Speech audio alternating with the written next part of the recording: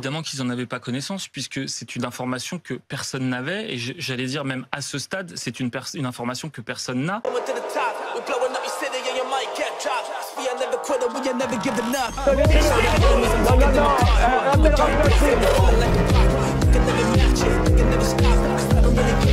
Vous fumez, monsieur. Le football, il a changé. Oui, peut-être. Ouais, c'est Laurent Delamos, bienvenue aujourd'hui pour une nouvelle vidéo et j'espère que tout le monde va bien. Messieurs, dames, aujourd'hui on va parler de plein de choses, mais on va surtout parler du fait que un sujet d'une de mes vidéos sur la chaîne principale m'a contacté hier soir pour que je supprime la vidéo sur lui. Il m'a parlé de menaces, il m'a parlé de harcèlement, que je risquais de la prison, tout ça. Mais je vous en parle à la fin de la vidéo. Avant de partir pour cette nouvelle vidéo, c'est le moment de soutenir la chaîne et moi-même en mettant votre plus gros pouce bleu, votre meilleur commentaire. On n'oublie pas de s'abonner et d'activer la cloche pour pas rater les prochaines vidéos. On fait de même sur la chaîne principale, la chaîne Moust, où hier je sorti une vidéo sur Nino Arial. Allez la check. On me rejoint sur Instagram, sur TikTok, sur Twitch pour pas rater les lives du dimanche soir à 21h30. On va chercher à boire, manger, on se met à l'aise et moi je m'occupe du reste. Dans les précédentes vidéos, on avait beaucoup parlé des difficultés pour les restaurateurs, notamment cet été, le taux de fréquentation est en chute libre. C'est pourquoi le secteur essaie de trouver des solutions et parle notamment du numerus clausus. Alors qu'est-ce que le numerus clausus? Eh bien c'est le fait de limiter le nombre de restaurants dans les villes. Voici les explications. Des restaurants toujours plus nombreux au fil des années. À Bordeaux, un établissement pour 103 habitants. La ville est la deuxième métropole avec la plus grande concentration. Pour les clients, il n'est pas toujours facile de s'y retrouver. Finalement, on s'y perd un petit peu. Donc moi, c'est parce que j'ai l'habitude après ici, mais je regarde quand même encore quand même les avis, finalement.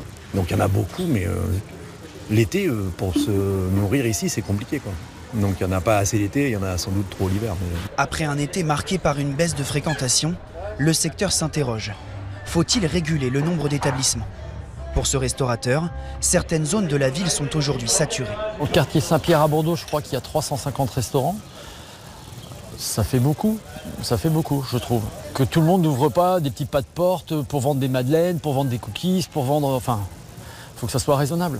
Un tiers des nouveaux établissements peinent à fidéliser leur clientèle et ferment au bout de 2 ans, par manque de compétences selon cet autre gérant. Il y a des gens, parfois, ils montent des restos où ils n'aiment pas les gens, ils n'aiment pas la bouffe, ils ne sourcent pas les produits, et en fait c'est eux qui font du mal.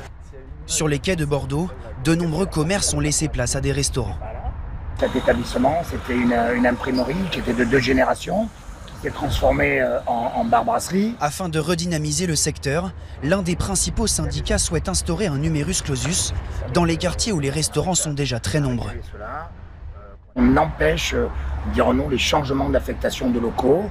D'abord, ça donnerait toujours de la valeur aux établissements existants et les gens pourraient s'installer en dehors de ces zones sauvegardées. En France, on dénombre 407 000 restaurants, soit un établissement pour 170 habitants. Un chiffre en hausse de près de 13% en 5 ans. Et vous, qu'en pensez-vous? Est-ce que c'est une bonne idée? D'ailleurs, même en tant que consommateur, est-ce que vous trouvez que dans vos villes, il y a trop de restaurants? Comme vous le savez sûrement, il y a un mouvement qui est organisé le 10 septembre pour protester contre le budget du gouvernement. Mais aujourd'hui, ce mouvement est un petit peu en train de décevoir certaines personnes parce qu'il est né sur les réseaux sociaux et aujourd'hui, il est récupéré par des syndicats et des partis politiques. Je suis le Mamadou, je suis le Nicolas, je suis la classe moyenne. Même. Vous faites quoi dans la vie, Guilain? Moi, je suis manager de rayon. D'accord. Mon salaire net, j'ai pas peur de le dire, je suis à 1800 €, je travaille 40 heures par semaine. Voilà. J'ai le droit à rien du tout. Donc au départ, c'était une manifestation populaire, apolitique. Il n'y avait pas de politique. C'était ceux qui se lèvent tous les matins, qui travaillent comme des dingues et qui veulent payer un peu moins d'électricité, un peu moins de charges, qui veulent pas des aides mais qui veulent s'en sortir avec leur salaire. Au départ, c'était comme ça. Ce matin, j'allume la radio, parce que je travaille pas ce matin, je suis au repos, j'allume la radio, bim, je vois quoi? J'entends quoi? Sudrail qui commence à nous dire ouais, on va aller parler de la loi du plomb, on va faire ci, on va faire là, tout va être mélangé. Alors, on va arriver pour manifester, tu vas voir, la LFI, Sudrail, la CGT, les vous n'en voulez pas? Palestiniens, les LGBT. On va voir tout, sauf ceux qui travaillent.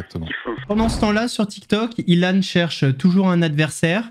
Alors, c'est plus Bébéo, c'est Bastos. Les streams de Bastos, il m'avait pas manqué. Ouh là là là là là, je vous jure, je peux plus me le voir. Il a quand même pris la défense de Greg. On disait cette soirée, mais t'étais pas là, Bastos, qu'est-ce que tu racontes? Il était éclaté. Défoncé, frérot. Carrément, j'ai reçu des scripts. Là, d'un coup, il prend la défense de Bébert. Comme ça. Il le fracasse tous les jours et d'un coup, il prend sa défense. Il passe son temps à me rabaisser dans ses lives avec Seb. Moi, Bastos, ce que j'aimerais, c'est que tu viennes combattre contre moi. Le 4 octobre au Tilt à Massieux. Parce qu'on sait pas se battre, donc tu prends pas de grands risques en vrai. J'ai hâte de savoir combien de temps tu tiens avec moi dans une cage. Parce qu'en fait, quand tu rabaisses les gens, il faut que tu sois en mesure d'assumer. Vas-y, flemme. Il y avait Seb, j'ai les vidéos, j'ai tout. Mais j'en ai marre que Bastos, il nous rabaisse tout le temps. Et mon rêve d'avoir Bastos sous Bébéro. Bébéro, il acceptera jamais parce que lui, il fait le beau que quand il est sous Shkachevic en boîte de nuit, tu vois. Mais Bastos, il parle trop. Wesh, à chaque fois, il revient, il parle trop. J'aimerais tellement lui... Ah! Un round, il tient pas. Un round, 100%, il tient pas. Pourquoi il veut pas combattre, à votre avis? Il a peur. Donc toi, t'as peur de moi. Donc te moque pas de moi qui a eu peur d'un tel ou un tel. Voilà, c'est tout. Ce qui est trop drôle, c'est qu'il y a 1 million de personnes qui te rabaissent, mais tu vas toujours sur des personnes qui font pas de sport de combat, tu vois. Et tu parles de peur. Ouais, fallait oser, hein. Fallait oser. En fait, on l'écoute, Ilan, il s'entraîne sérieusement, il a un projet dans le MMA, mais il veut toujours affronter des gens moins forts que lui. C'est pas ça le sport, mon pote, hein. Si vraiment tu veux prouver que t'es un vrai combattant, prends des vrais combattants. Bastos, il fait pas de sport de combat. Bébéo, pas de sport de combat. Toi, tu t'entraînes tous les jours. Prends un mec qui fait des sports de combat. Maman! Allô, tu m'entends? Ouais. Maman, c'est dur, c'est faim, je mange pas. En ce moment, on parle beaucoup du budget du gouvernement et on sait que c'est de plus en plus dur pour les Français. On leur en demande de plus en plus, justement. On leur demande des efforts. Et la réponse des Français, en général, c'est « Ouais, ok, mais vous, qu'est-ce que vous faites? Est-ce que vous êtes exemplaire ?» On parle souvent, forcément, des hommes et des femmes politiques. François Bayrou a répondu à ça, mais j'ai l'impression qu'il est en train de nous en glisser une sévère. Alors justement, François Bayrou, vous en parlez, on l'a vu tout à l'heure, il lâche du lest. Il s'est exprimé également hier sur sa chaîne YouTube, où il explique qu'il souhaite mettre fin aux avantages des politiques. On l'écoute et je vous fais réagir juste après. Je prends l'engagement solennel devant vous que s'il y a des privilèges indus, des avantages, ces avantages seront supprimés. On me dit souvent dans ces messages, il faut qu'ils fassent un effort comme les autres. Eh bien, les membres du gouvernement, évidemment, aucune de leurs indemnités n'augmentera pendant le temps où les retraites des Français ou les salaires de la fonction publique seront eux-mêmes gelés par l'année blanche dans laquelle nous proposons d'entrer. Alors, je crois que tu n'as pas compris. Déjà, les Français, ils ne parlent pas que du gouvernement. Ils parlent des sénateurs, des députés, etc. Et là où tu te trompes un peu, enfin, je pense, je ne vais pas parler à la place des Français, mais j'ai parlé en mon nom, du coup. C'est pas qu'on voulait que les augmentations soient gelées, c'est qu'on voulait que les salaires baissent, les indemnités, tout ça. C'est ça, en fait, le truc. Et là, vous essayez de nous en mettre une pas mal. Hein. Alors, on va un petit peu parler des coulisses de l'affaire Jean Portmanov. Quelques personnes m'ont dit « Ouais, t'avais dit que t'en parlerais pas. » J'ai pas dit que j'en parlerais pas. J'ai dit que je ne ferai pas de vidéo dédiée au décès de Jean Portmanov, où à l'intérieur de cette vidéo, il y aura des clips où il se fait malmener, maltraiter. Mais par contre, dans les vidéos actu, oui, on en parlerait. Déjà, la dernière fois, dans l'extrait que je vous ai montré avec l'avocat de Naruto, tout le monde a dit c'est quoi cet avocat? Il sort d'où? Bon, il a été viré et là, il y a un nouveau. Mais déjà, il y a un changement de discours. L'ancien avocat avait dit ceci. Non, ça n'a rien à voir avec le jeu. C'est juste une personne qui avait peur que son ami meure. Tout simplement. Un ami qui avait des problèmes cardiovasculaires, un ami qui avait des défaillances cardiaques. Tout simplement. Donc l'ancien avocat dit que Naruto et Safin étaient bien au courant des problèmes de santé de Jean Portmanov. Voici ce que dit le nouveau. Évidemment qu'ils n'en avaient pas connaissance, puisque c'est une information que personne n'avait, et j'allais dire même à ce stade, c'est une information que personne n'a. Donc on a un environnement juridique assez particulier, une communication bizarre, et d'autant plus que le nouvel avocat de l'autre personne qui est accusée, donc il y a Naruto et il y a Safin, eh bien le nouvel avocat de Safin, c'est Tom Michel. Tom Michel, qui en fait, il défend toutes les raclures un peu, hein, comme par exemple Aquababe, etc. C'est lui le nouvel avocat. Ça en dit long. Ça doit nous interroger tous, je pense, collectivement là-dessus. Mais moi, je reviens au juridique et à la réalité des choses et à la parole que je porte pour mon client. Dans le consentement, bien sûr, le consentement n'implique pas nécessairement que le parquet dise que l'affaire est finie. Je suis d'accord avec vous. On connaît toutes ces affaires par rapport au consentement. La réalité, c'est que ces violences étaient à la fois, pas toutes, à la fois simulées, On en a vu qui étaient tout à fait, je veux dire, prévus dans le cadre de scénarios dont... Donc ça veut dire que les coups ne portaient pas, qu'il n'y avait pas de dommages corporels. Mais c'est justement pas ça que je dis. Ah bah vous dites si c'est simulé. J'ai dit en partie. Il y a une partie qui était simulée, mais quand vous donnez des coups, comme quand vous êtes au catch, comme quand vous êtes au cinéma, il y a bien sûr de la simulation, mais il y a surtout le consentement. Ça veut dire que tout ce que vous voyez là n'est pas toujours simulé. Un coup ne peut pas toujours être simulé. Par contre, tout ce que vous voyez là était consenti, non seulement par JP, mais aussi, et je crois que c'est important, JP n'était pas la seule victime, je veux dire, médiatique de ce qu'on pouvait voir. Si on regarde... Est-ce que pour autant ça excuse ce qu'on voit ?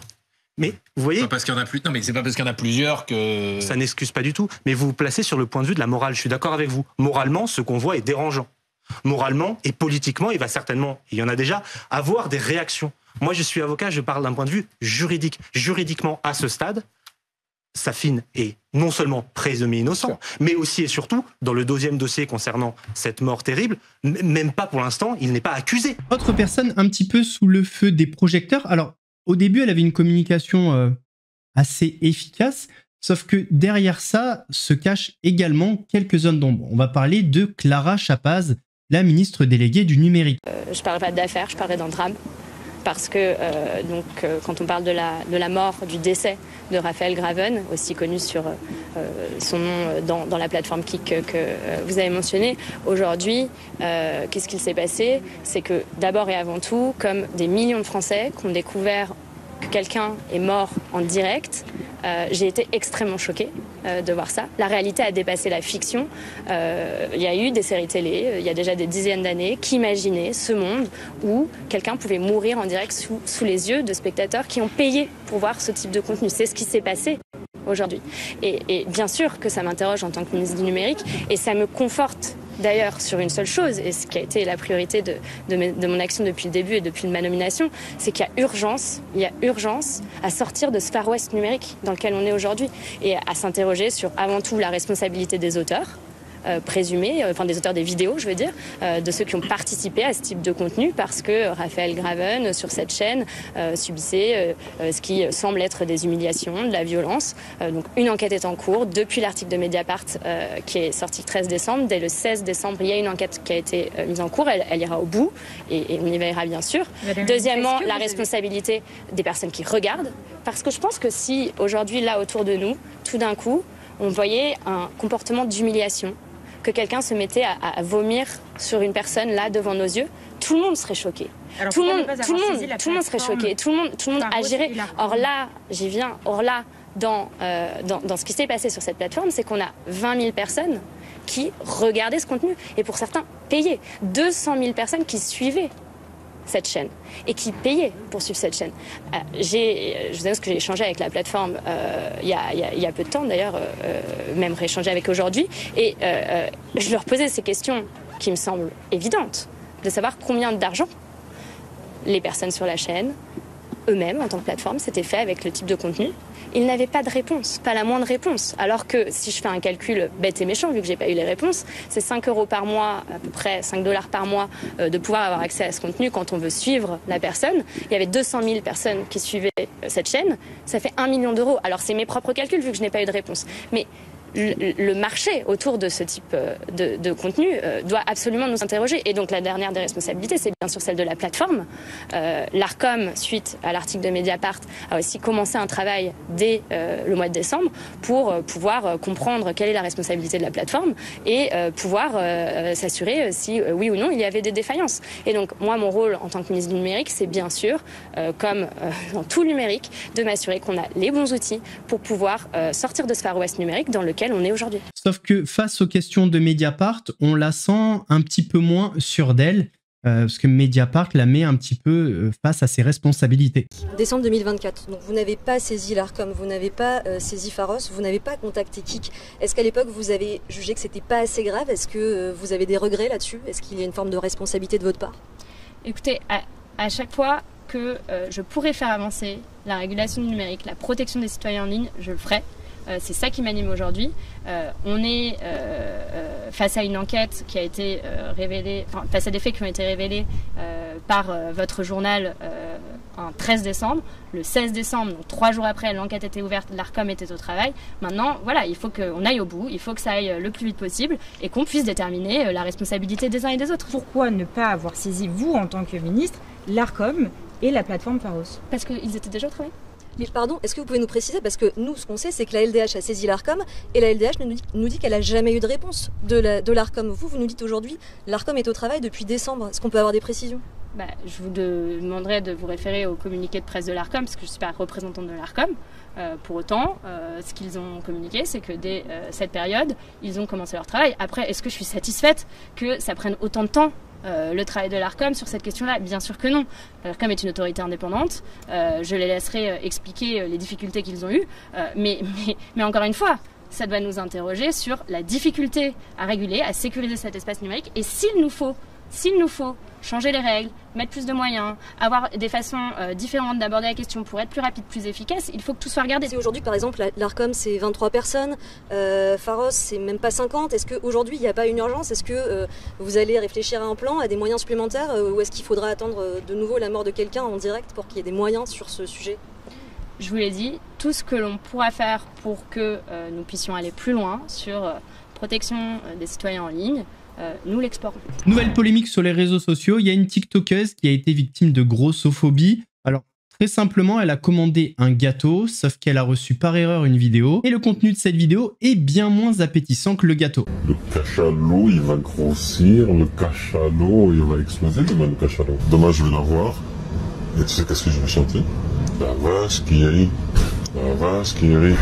Harmonie Albertini se souviendra longtemps de son dernier anniversaire. Cette créatrice de contenu qui cumule près de 900 000 abonnés sur ses réseaux a été la cible de propos grossophobes par ceux-là même qui ont confectionné son gâteau. Tout commence fin juillet, lorsque son conjoint prend contact avec un couple de pâtissiers pour une collaboration et pour réaliser une vidéo de cet anniversaire. L'influenceuse reçoit son gâteau en temps et en heure. Son compagnon s'attelle ensuite à la réalisation de la vidéo. L'histoire aurait pu en rester là. Il a tellement été touché par ce couple, il voulait tellement les mettre en avant. Il demande donc à Monsieur M une vidéo où Madame I est en train de faire le gâteau. C'est alors que le couple tombe avec effroi sur une séquence de 10 minutes dans laquelle ils sont humiliés et insultés. Il y a tellement de gâteaux dans son bide que même le chirurgien il va dire mais arrêtez de manger madame. Le citron il est emprisonné. Emprisonné?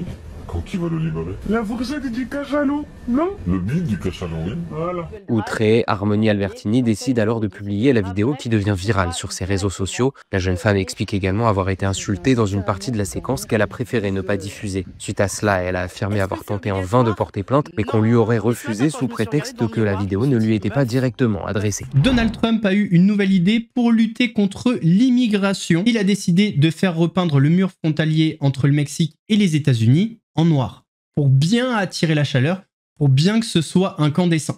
Le mur frontalier entre les États-Unis et le Mexique, repeint en noir pour empêcher les migrants de l'escalader sur ordre de Donald. L'annonce a été faite par la secrétaire américaine à la sécurité intérieure, Kristi Noem. Pour l'administration Trump, cette couleur rendra la structure exposée en plein soleil trop chaude pour dissuader les migrants de grimper dessus. Si vous regardez la structure derrière moi, elle est haute, ce qui la rend très difficile, voire impossible à escalader. Elle s'enfonce également profondément dans le sol, ce qui rendrait très difficile, voire impossible, de creuser en dessous.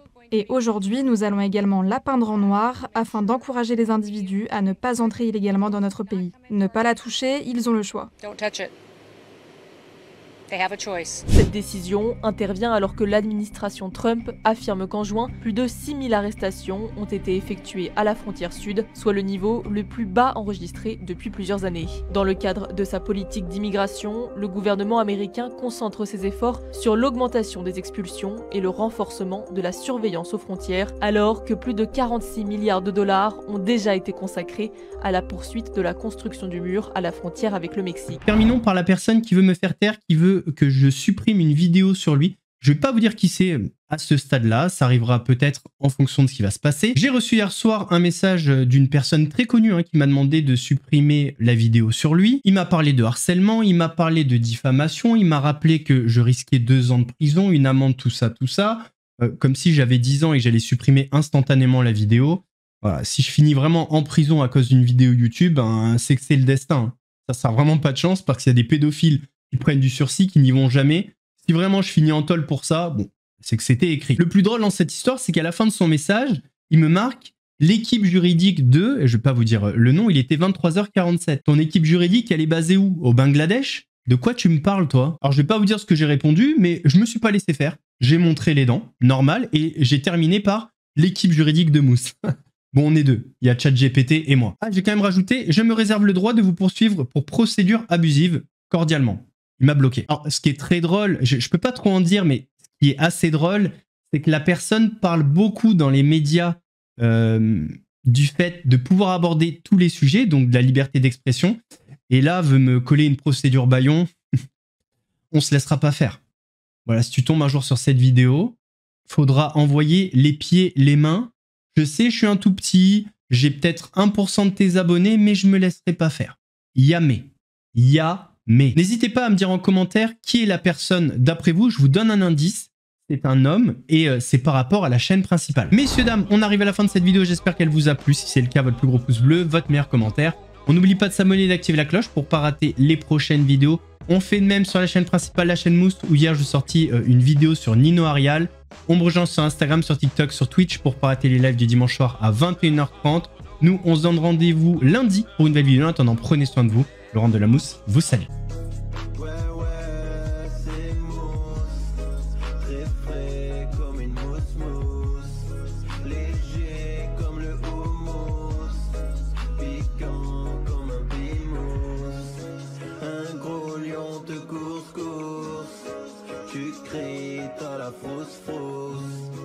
J'arrive à la rescousse.